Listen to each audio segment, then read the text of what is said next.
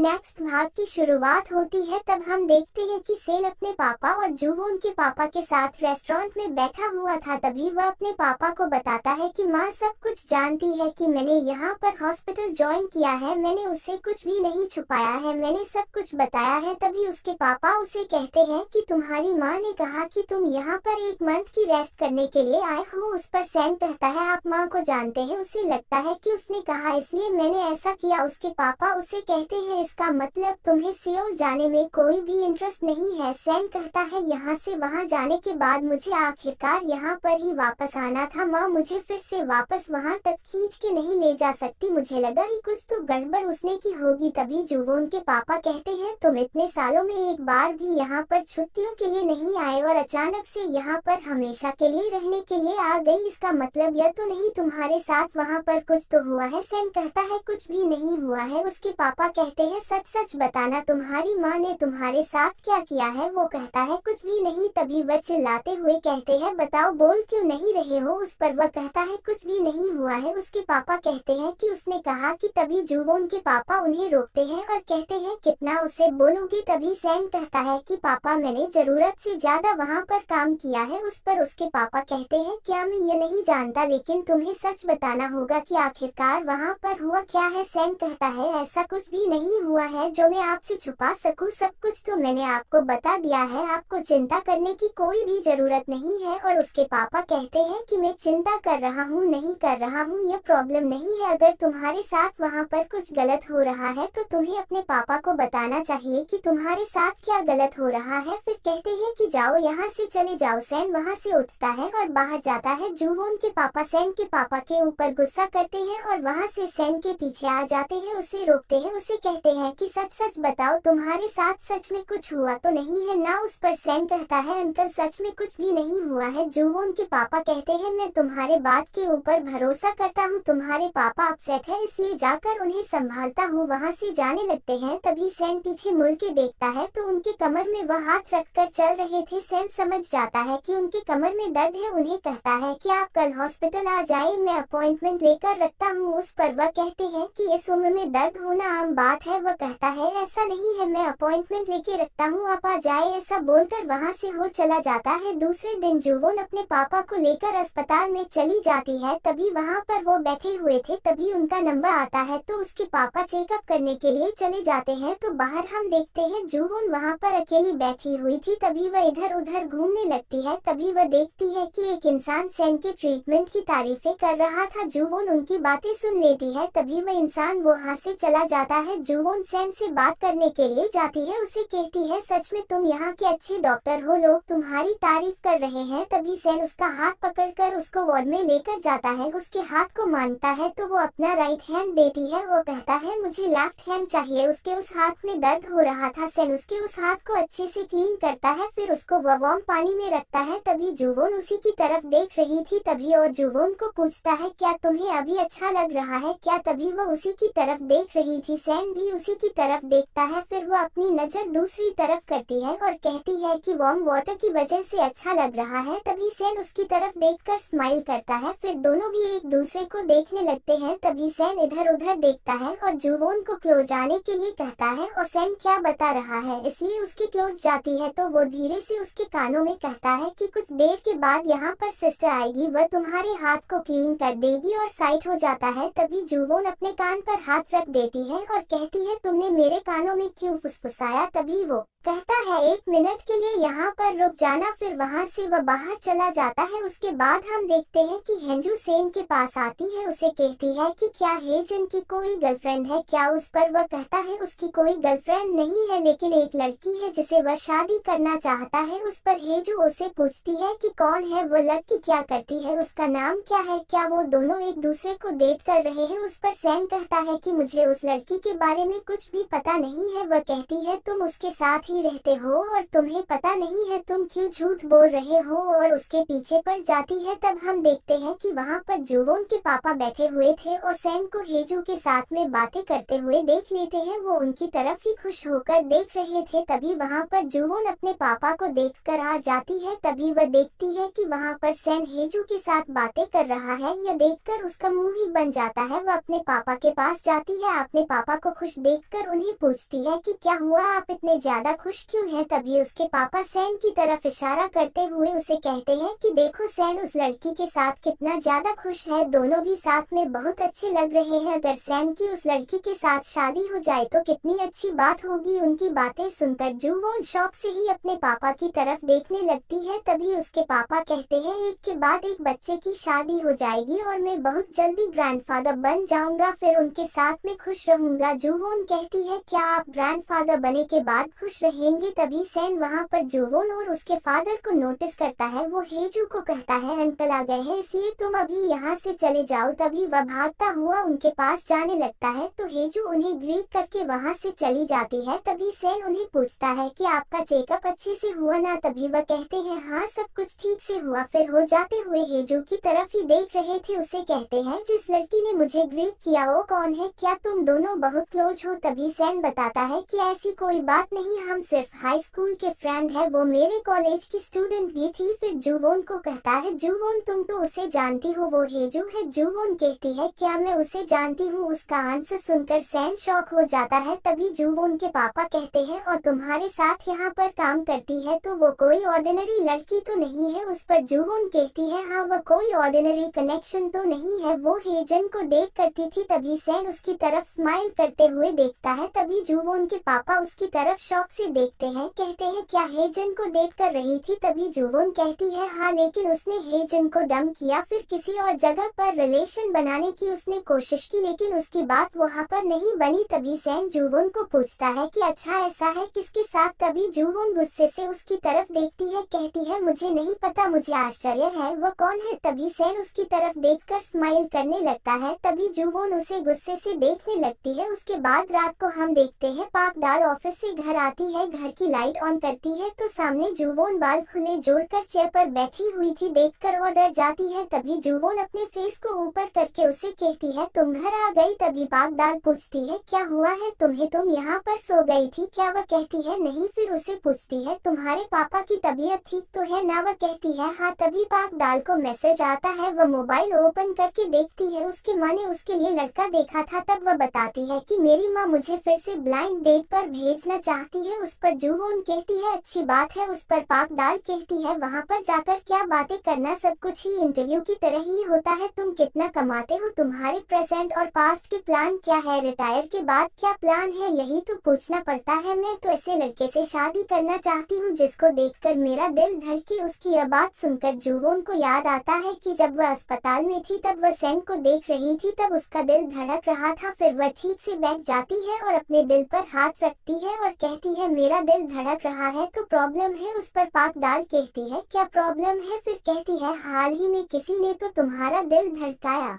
होगा, अगर ऐसा है तो यह सच में बहुत बड़ी बात है। तभी जूवोन कहती है कि ऐसा कुछ नहीं, जब मैं अच्छा केक बनाती हूँ तो मेरा दिल धड़कता है और जब ग्राहक मेरे केक की तारीफ करते हैं तभी मेरा दिल धड़कता है। उस पर पाक दाल कहती है क्या कहा तुमने, तुम्हारा दिल धड़कता है। जूवोन कहती है कुछ नहीं, यह तो सिर्फ एक मिसअंडरस्टैंडिंग है। फिर अपने रूम में चली जाती है, फिर खुद को समझाने लगती है मेरा दिल क्यों धड़क रहा है। फिर सोचती है कि हम एक फैमिली है इसलिए मुझे उसकी केयर होती है, इस वजह से शायद मेरा दिल धड़क रहा है, मुझे इसको कंट्रोल करना होगा। तभी उसे सैन का मैसेज आता है, उसे पूछता है कि तुम्हारा कल काम खत्म हो जाने के बाद हम साथ में डिनर के लिए जाएंगे। उसके बाद हम देखते हैं हेजन अपने आंटी को जाके मिलता है। उसकी आंटी उसे कॉफी शॉप में ले जाती है, उसे खाना खिलाती है, उसे कहती है क्या उसने तुमसे कांटेक्ट नहीं किया क्या। उस पर वो कहता है मैंने न्यू फोन लिया है, इस वजह से किसी ने मुझे अभी तक कांटेक्ट नहीं किया है। फिर उसे कुछ नहीं कहती